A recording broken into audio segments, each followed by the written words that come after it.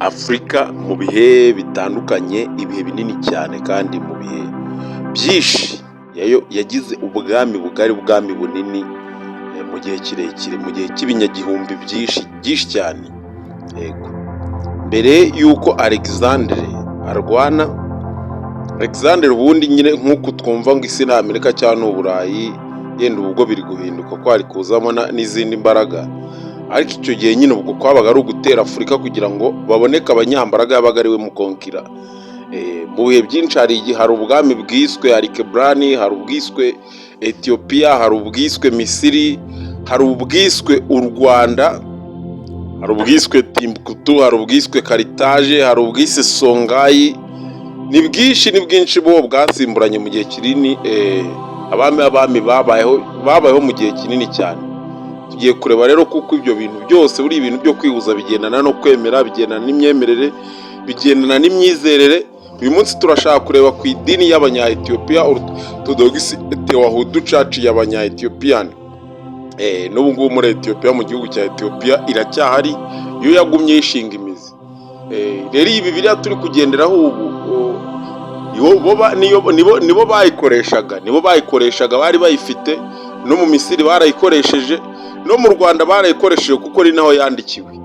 Ariko iyi dukoresha nyine yo muri ya canonization, habaho inama yabereye konse yabayeho yo gukuramo ibitabo, yo gutoranya ibitabo bagize ibyo bakuramo.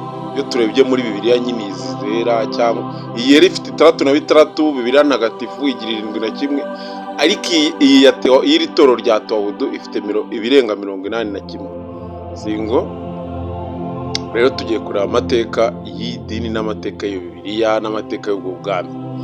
Bibiliya rero iyi church ya Tewahedo cyangwa Orthodox Tewahedo izwiho kugira ibitabo byinshi kurusha Bibiliya ikoreshwa n'abakristo benshi bo mu burengerazuba. Iyo tuvuze mu burengerazuba nyine ni Abaroma n'Abagiriki, ni bano bose ubwo ni Abanyaburayi, Abanyamerika, kuko nibo bazanye iyi dini ya gikristo, nibo bayamamaje ku isi hose.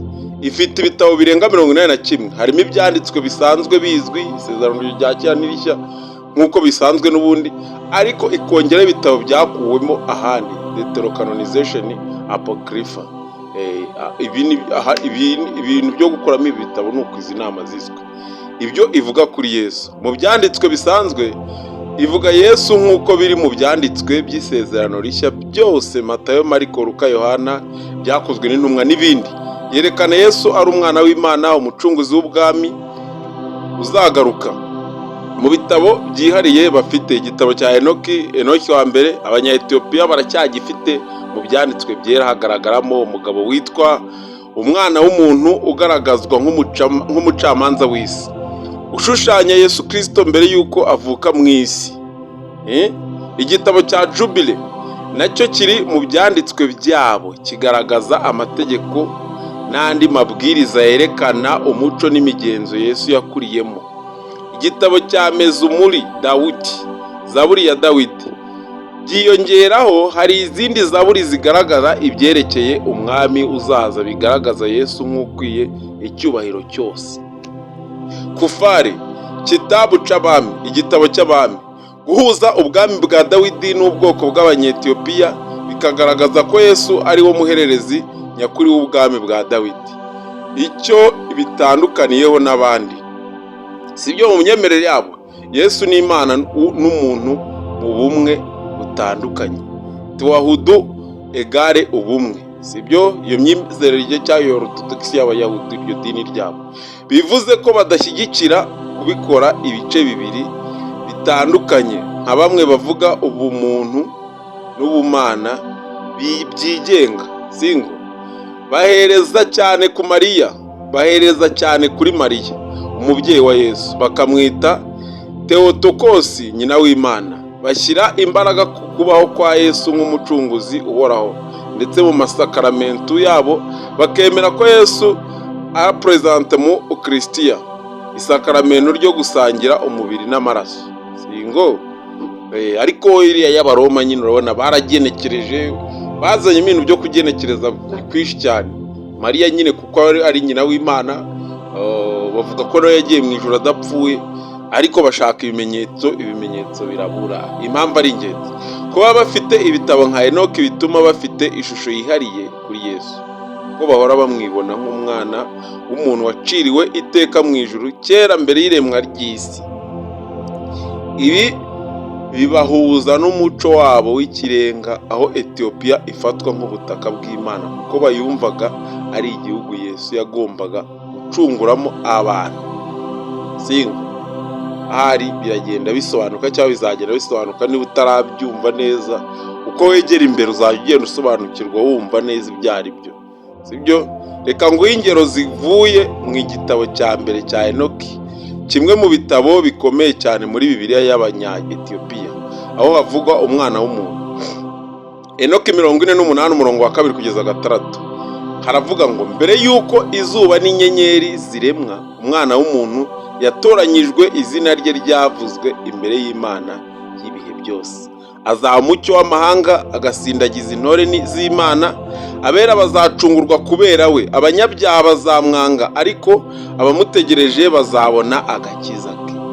Uri kubyumva ko muri Enoki 48 2 kugeza 6 bavuga ahagaragaza Yesu mbere y'iremwa ry'isi, nk'uko na Yohana muri 1 2 kugeza 3 ivuga ijambo ryariho kera kose, vuga ukuntu ijambo nyine yariho azahoraho n'ubariho.